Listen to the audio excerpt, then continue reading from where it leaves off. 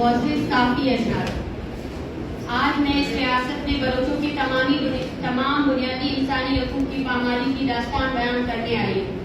جیسا کہ آپ سب جانتے ہیں، کل رات کراچی ایئرپورٹ اور اس کے باہر ریاستی خفیہ اداروں FIA اور سندھ پولیس نے بحیثیت شہری میرے تمام بنیادی انسانی حقوق کو سلب کیا اور ہمارے ساتھ ناقابل بیان سلوک کیا گیا۔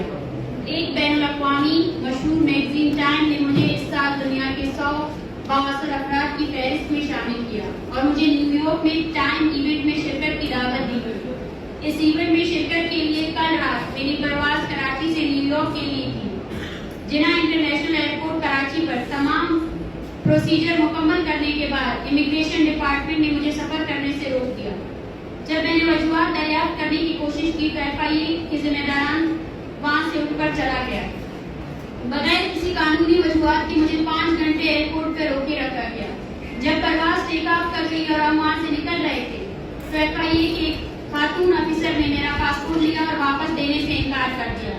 1 گھنٹے سے زائد وقت تک میں ان سے بات کرتی رہی، تب جا کر 1 گھنٹے بعد میرا پاسپورٹ مجھے واپس دیا گیا۔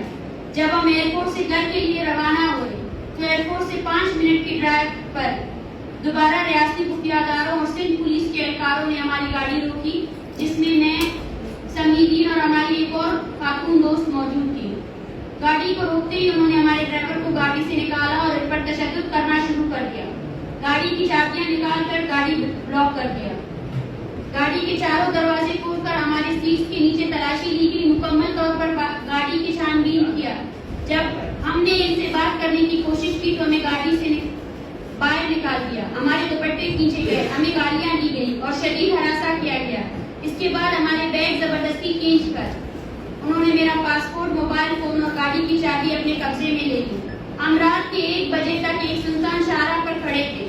ہم نے خود کو غیر محفوظ سمجھتے ہوئے اپنی گاڑی وہاں چھوڑ کر ایک ٹیکسی لی اور گھر پہنچ گئے۔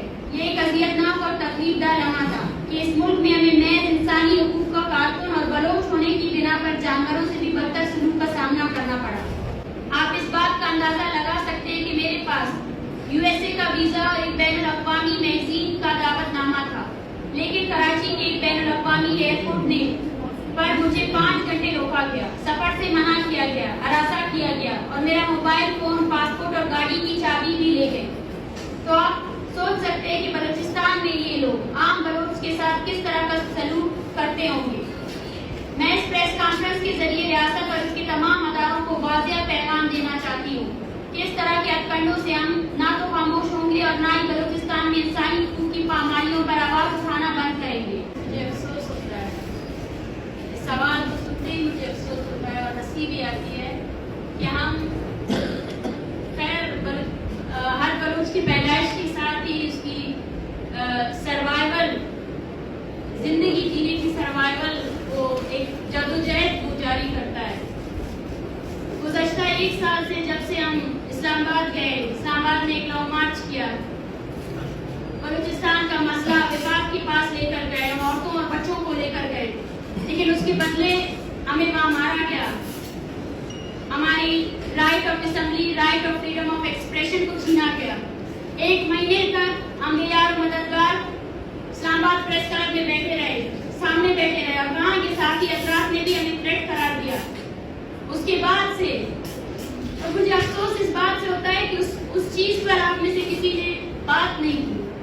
پاکستان میں اس کے علاوہ بھی اور بہت سے مسائل ہیں، PGM پر بھی پابندی لگائی گئی ہے اور گزشتہ 2 دنوں سے میرے خیال سے اسلام آباد اور راولپنڈی میں جو ماحول ہے، آپ نے کبھی مجھ سے یہ نہیں پوچھا کہ آپ اس کی مذمت کرتی ہیں یا نہیں کرتی ہے۔ اور پاکستان میں جو ایک عام انسان ہے، عام شخص ہے، جس طرح سے اس کی جو زندگی گزار رہا ہے، آپ اس کی مذمت کرتی ہیں یا نہیں کرتی ہیں؟ میں سمجھتی ہوں کہ ہم مظلوم قومیں ہیں اور ہمارے ساتھ اس طرح کا سوال کرنا آپ کے خود کے ساتھی ہونے کے اقدار پر ایک سوالیہ نشان ہے۔